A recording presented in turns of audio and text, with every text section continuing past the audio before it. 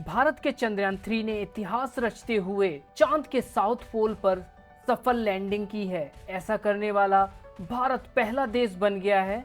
इस सफलता पर पूरे देश में जश्न का माहौल है।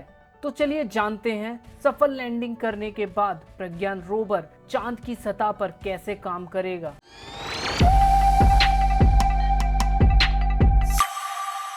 चंद्रमा की सतह पर 23 अगस्त को विक्रम लैंडर के उतरने के बाद उसमें मौजूद रोवर प्रज्ञान तुरंत अपना काम शुरू कर देगा। वह भारतीय अंतरिक्ष अनुसंधान संगठन इसरो को आंकड़े भेजने लगेगा। इन आंकड़ों के विश्लेषण के लिए व्यापक इंतजाम किया है। इसके लिए अलग अलग वैज्ञानिकों की टीम तैयार की है।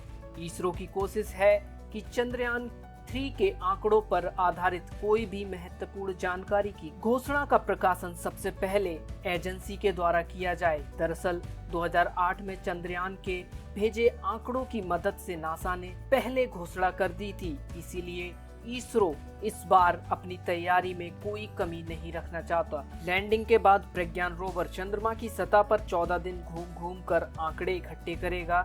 इसमें लगे 2 उपकरणों में से एक अल्फा पार्टिकल एक्सरे स्पेक्ट्रोमीटर चंद्रमा की सतह का रासायनिक विश्लेषण करेगा, जबकि दूसरा लेजर इंड्यूस्ड ब्रेकडाउन स्पेक्ट्रोस्कोप सतह पर किसी धातु की खोज और उसकी पहचान करेगा।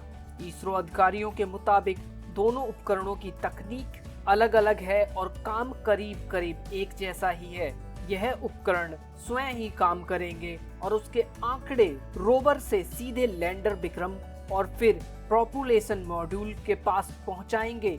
ये दोनों उपकरण इंडियन डीप स्पेस नेटवर्क से जुड़े रहेंगे। कर्नाटक के ब्यालालू में स्थित इस प्रयोगशाला में सीधे आंकड़े प्राप्त होंगे और वैज्ञानिक उनका विश्लेषण शुरू करेंगे। दरअसल 2008 में जब चंद्रयान 1 ने आंकड़े भेजने शुरू किए थे, उसके आधार पर पहली घोषणा नासा ने 24 सितंबर 2009 में की। उसने बताया कि चांद के दक्षिणी हिस्से में बर्फ की मौजूदगी के प्रमाण मिलते हैं।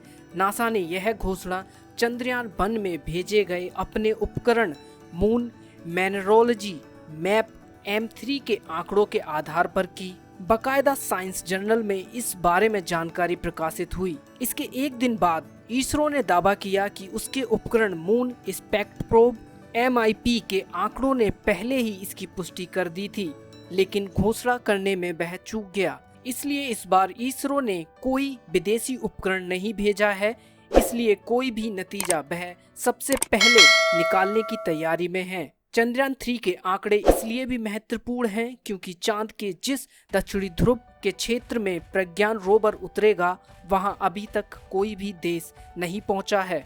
चंद्रयान 1 ने भी दक्षिणी ध्रुव के क्षेत्र से ही आंकड़े जुटाए थे। इस क्षेत्र में गहरी खाइयां और ऐसे स्थान हैं जहां सूर्य की रोशनी कभी नहीं पहुंची है, इसलिए नई जानकारी सामने आने की संभावनाएं ज्यादा हैं। चंद्रयान 3 के आंकड़े इसरो के पास ही रहेंगे, लेकिन विभिन्न अंतरिक्ष एजेंसियों के साथ पूर्व में हुए समझौतों के तहत इन्हें साझा भी किया जाता है, जिसके आधार पर दूसरे देश की एजेंसियां भी इसका विश्लेषण करती हैं। लेकिन इस बार इसरो इस मामले में भी आगे रहने की कोशिश करेगा। इसके लिए पहले ही रणनीति तैयार हो चुकी है। अगर यह वीडियो आपको इन्फॉर्मेटिव लगा हो तो लाइक करें, कमेंट्स करें और चैनल को सब्सक्राइब करना ना भूलें। Thank you for watching.